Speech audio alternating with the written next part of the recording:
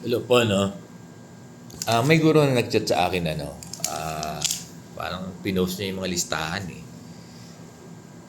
Sinyera niya, napakarami daw nila na hindi nabigyan ng HMO ngayon dahil doon sa division nila dahil hindi raw sila nakapag-comply nung requirement.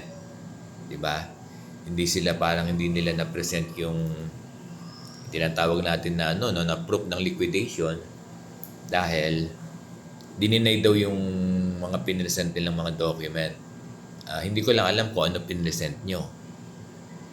Kasi doon sa division daw nila talagang requirement lang ay HMO. HMO card. Hindi raw sila nakapag-avail ng HMO card. Ang mga kinuha daw nila yung mga ang pinresent daw nila yung mga receipt ng mga gamot, ng konsulta, so on and so forth.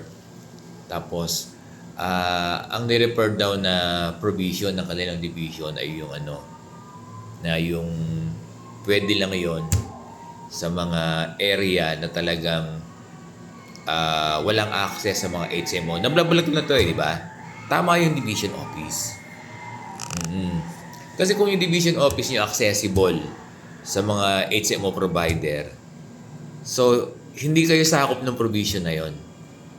Pwede yan, alam ko, sa mga last mile school, ang example niyan, na pwede sa kanila yung mga resibo ng mga gamot, ng konsulta. Pero doon sa mga school na hindi naman last mile, far flung areas, na talaga namang may access sa HMO na meron dyan sa city nyo. Kasi alam naman ng division office nyo eh. Hindi naman to pwede magsinungaling ang division nyo. Na talagang na may access talaga sa mga HMO provider. Kasi bibihira lang naman na yung mga ngayon, yung mga area na 'di ba, na walang access sa everything eh. Kaya yun nga lang, dear teachers. So mahirap nating mahirap nating i-justify. Hindi, to be honest mahirap i-justify. Na kasi talaga naman ang requisite talaga. Hindi ko kayo sa na huwag niyo isipin, Sir Bong, hindi pabor sa amin. Hindi ganoon eh. Kasi kung ano kasi yung policy. Kung ano kasi yung policy, dapat susundin natin din teachers. So kung hindi tayo sumunod sa policy, magkakaroon talaga ng problema. Di ba? Kasi ang division nyo ay talagang recognize na isang area na may access sa mga HMO provider. So kung ganun yung area nyo, ganun yung category ng area nyo, hindi kayo po pwedeng other than the HMO card. Hindi talaga kayo makakayo. Kung sabihin nyo, Sir, paano po yung medical allowance namin? Hanggat hindi kayo nakakapag-provide ng HMO card dyan sa division nyo dahil yan ang ultimate, di ba, requirement ng HMO nyo, hindi talaga kayo makakakuha in the succeeding years ng pagbibigay ng So kung ngayon 2026 hindi kayo nabigyan dahil wala kayong HMO card na ma-present, hindi rin kayo mabibigyan na in the coming years ng medical allowance para mo nang sinabi na sinuspend mo yung opportunity mo dahil hindi ka nakapag-present. Ngayon, hindi mo po pwedeng sisihin division office kasi yung division office nagko-comply sila. Kapag kasi hindi sila nag-comply division office, pwede silang questionin ng COA. Kasi nagli-liquidate tayo yung mga liquidation ng division office ay pinipresent yan sa COA, sinasubmit. Kung hindi tama yung liquidation, kawawa naman yung division. Sana naunawaan ng ating mga teachers. At hindi i-take advantage sa mga teachers natin. Di ba? Pwede namang kumuha ng mas mababa sa 7,000.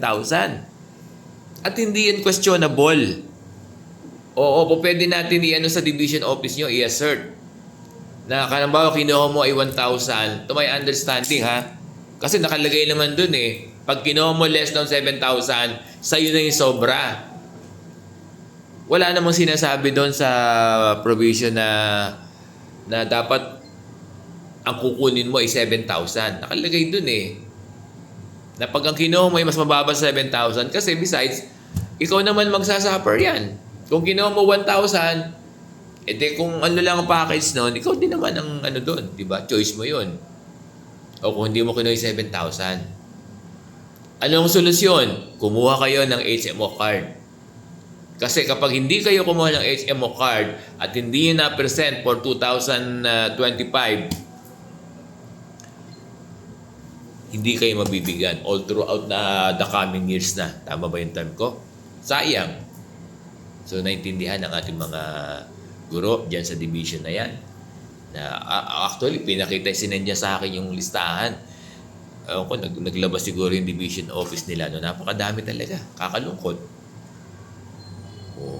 Di ba? Eh, bakit naman yung mga teachers dito lang sa amin? May mga kumuha ng mas mababa pa nga sa 1,000.